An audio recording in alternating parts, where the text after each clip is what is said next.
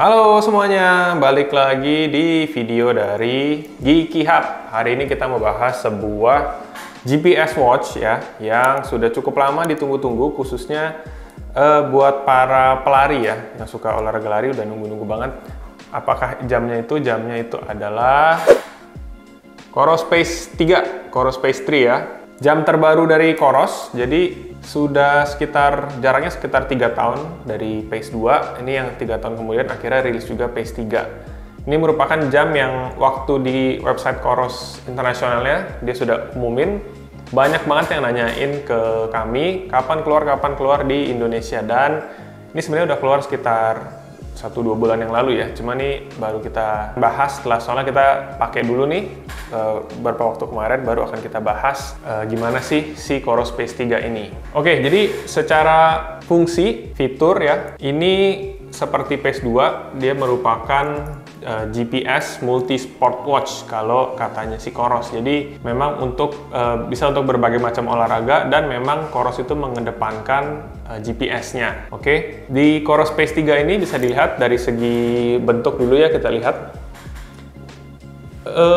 Secara esensial dia sama dengan Coros Pace 2. Dari bentuknya, dari ukurannya, ini dimensinya sama persis dengan Coros Pace 2 ya, kalau dari bodinya. Masih juga tetap mengandalkan dua tombol ini, yang satu digital dial dan yang satunya back buttonnya ya, dua tombol.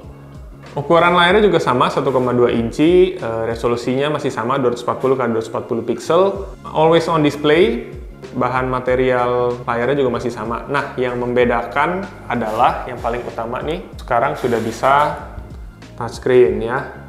Ini merupakan salah satu fitur upgrade yang menurut saya paling signifikan di Coros Pace 3 ini. Lalu untuk dari strap, seperti biasa, ini juga mengikuti tren di Coros Pace 2, ada pilihan strap nylon dan juga silikon. Kalau di Pace 3 ini pilihan warnanya ada hitam dan putih, dan masing-masing ada pilihan nylon dan silikonnya. Oke. Dan juga ada dua special edition yang bisa kalian dapetin di Pace 3, yaitu Track Edition yang warna merah, dan juga ada seri Eliud Kipchoge Edition ya. Itu yang berdasarkan si pelari terkenal Eliud Kipchoge. Yang di sini yang saya pegang itu yang tipe silikon warna putih ya. Kalau yang Track Edition sendiri sepertinya belum masuk Indonesia, tapi kalau yang edisi Eliud Kipchoge udah masuk ke Indonesia dan udah bisa kalian beli. Untuk strapnya sendiri sekarang jadi lebih lebar ya. Kalau sistemnya tetap pakai quick release juga, sama dengan Pace 2 ya, sama-sama pakai quick release. Cuma jadi lebih lebar, sekitar 2 mili. Sekarang jadi 22 mili yang tadinya 20 mili. Untuk beratnya ya, kalau Pace 2 itu terkenal dengan jam yang super ringan ya.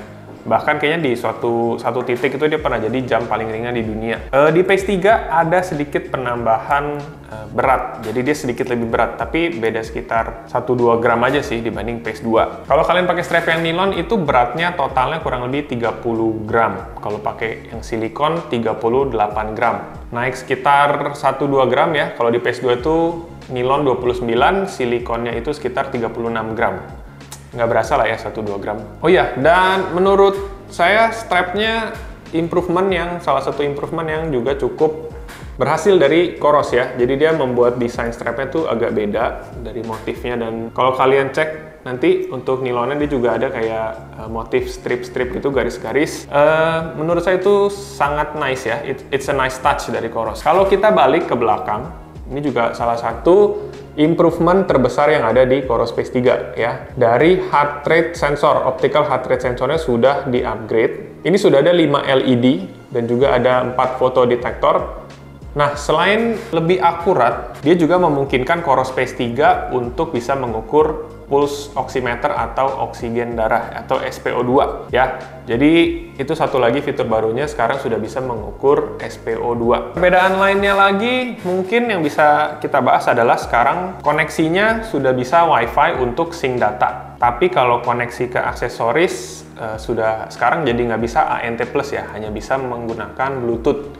Tadinya di Pace 2 bisa ANT Plus, tapi di Pace 2 nggak ada Wi-Fi. Next, salah satu improvement besar juga yaitu dari segi baterai ya. Kita tahu seberapa pentingnya baterai di smartwatch atau smartwatch, dan di Pace 3 ini ada peningkatan yang cukup drastis ya. Untuk daily use atau pemakaian normal, peningkatan dari sebelumnya pace 20 hari, sekarang jadi 24 hari. Kalau menggunakan GPS standar, tadinya dari 30 jam, sekarang menjadi 38 jam. Nah, ngomongin soal GPS ya, akhirnya pace 3 ini sudah bisa bersaing dengan smartwatch atau sportwatch dulu yang sudah ada di luar sana ya. Ibaratnya klub bola, dia udah masuk ke Champions League nih ya, karena pace 3 sekarang sudah all system GPS dan juga dual frequency. All system itu artinya bisa menggunakan 5 sistem satelit sekaligus. Dan juga dual frequency itu membuat pelacakan sinyalnya itu lebih akurat, tapi di satu sisi dia akan bikin baterai lebih boros. Jadi ya kalian kira-kira sendiri aja ya, butuh nyalain dual frekuensinya atau enggak. Tapi setidaknya kalau kalian butuh, sudah bisa dinyalakan dual frekuensinya di pace 3 ini. Oke, very nice. Baterai juga akan semakin terkuras kalau kalian nyalain GPS dan juga dengerin musik. Yes, sekarang di pace 2 sudah bisa dengerin musik dan kalian juga bisa nyimpen musik kalian sendiri di dalam jamnya. Jadi kalian bisa masukin lagu-lagu favorit kalian ke dalam jam ini, lalu connect headset Bluetooth kalian, dan kalian bisa dengerin lagu langsung dari jamnya. Tapi kalian nggak bisa kontrol musik yang lagi kalian puter di HP kalian. Kenapa, Koros? Kenapa kalian bikin fitur senanggung itu ya? Padahal kan harusnya kontrol musik yang diputar di HP itu sesuatu hal yang simple ya. Bahkan jam-jam yang harganya jauh di bawahnya sudah bisa. Cuma memang ya begitulah ya, mungkin bisa jadi bahan pertimbangan Koros untuk kedepannya ya. Jadi kalau saya pribadi justru jarang masukin lagu ke jam. Saya mengandalkan third party app seperti Spotify untuk dengerin musik. Dan kalau di jam-jam lain saya bisa nih, misalkan saya lagi HP-nya saya taruh di kantong, saya mau next lagu atau saya mau naikin atau kecilin volume, bisa langsung dari jam. Cuma sayangnya di Coros Pace 3 ini nggak bisa. Dan integrasi dengan third party app seperti Spotify juga masih belum bisa di Coros Pace 3. Jadi ya maju satu langkah, mundur satu langkah mungkin ya menurut saya. Bisa nyimpan lagu, tapi kalian nggak bisa kontrol musik yang ada di HP kalian. Yap, next. Untuk fitur kesehatan dan fitur latihan, dibandingkan dengan Pace 2 ini bisa dibilang identik ya. Semua yang ada di Pace 2 ada di Pace 3 dan juga sebaliknya. Kecuali tadi yang saya bilang yaitu SPO2 ya. Ini tambahan baru yang bisa dibilang menjadi pembedanya antara Pace 2 dan Pace 3. Sport mode atau activity modes ya, atau mode olahraga juga sama di kedua jamnya. Pilihan-pilihan seperti running, trail run, swim, cycling itu semua ada ya. Kalau fitur navigasi sama-sama menggunakan breadcrumb navigation. Cuma bedanya karena si Pace 3 ini sudah bisa touchscreen, jadi kontrol lebih enak aja. Jadi bisa atur mapnya menggunakan touchscreen. Next. Jadi kemarin saya tes Pace 3 ini untuk treadmill ringan-ringan aja ya.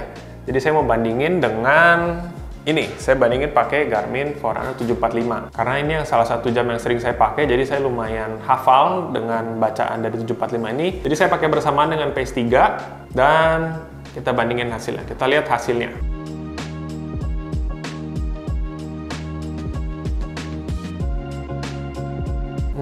Overall sih selama saya pakai dan saya perhatiin juga nih kedua jamnya, pembacaan untuk heart rate, kalori, cadence itu kurang lebih sama ya, kurang lebih akurat, paling beda 1-2 poin, which is itu nggak masalah. Jadi overall kalau dilihat dari sekilas sih si Pace 3 ini juga akurat ya, nggak ada masalah di sana. Cuma mungkin satu hal yang perlu di note kalau kalian mau mulai olahraga dengan si Coros Pace 3 ini, selain dia nyari sinyal GPS ya, memang kalau di jam Garmin pun dia butuh ngunci sinyal GPS. Nah, kalau di Pace 3 jadi juga ada satu extra step lagi, yaitu dia harus melakukan pembacaan heart rate. Ya mungkin jadi ada ekstra sekitar 10 detik ya sebelum kalian bisa mulai olahraga gitu. Tadi kita udah bahas berbagai fitur, berbagai kesamaan dan perbedaan ya. Menurut saya ini salah satu pembeda yang bisa dibilang untuk sebagian orang adalah paling signifikan, yaitu harga. Jadi Coros Pace 3 ini harganya kurang lebih di 4,3 jutaan. At least itu untuk versi standarnya ya. Kalau yang special edition mungkin ada penambahan harga lagi, harganya beda. Cuma at least untuk yang standar-standar ini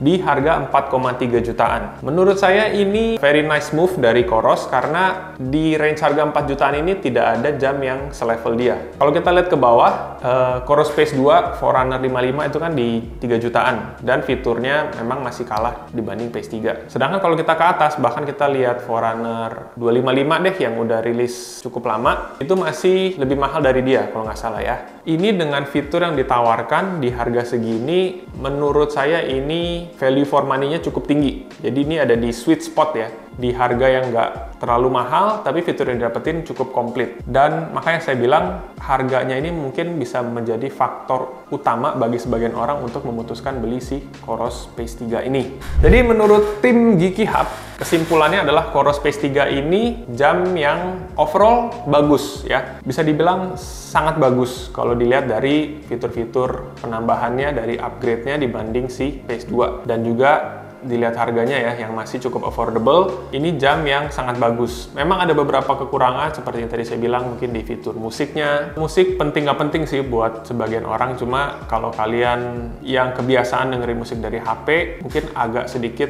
terganggu dengan tidak adanya kontrol musik di jam ini. Cuma kalau kita bahas fitur utamanya untuk latihan dan kesehatan, sudah sangat akurat, sudah sangat komplit, sudah sangat cukup untuk kalian yang mungkin dari level beginner sampai advance sekalipun bisa sangat terbantu jika menggunakan Coros Pace 3 ini. Jadi bisa kalian consider untuk next purchase kalian ya, kalau kalian nyari jam smartwatch, sportwatch ya, Coros Pace 3 ini bisa jadi pertimbangan buat kalian. Oke, sampai di situ aja videonya. Thank you sudah nonton. Jangan lupa di subscribe, like, dan komen-komen boleh kalau ada yang mau ditanyakan atau mau sharing-sharing pengalaman kalian pakai Coros. Ya, sampai jumpa di video Geeky Hub berikutnya. Bye-bye.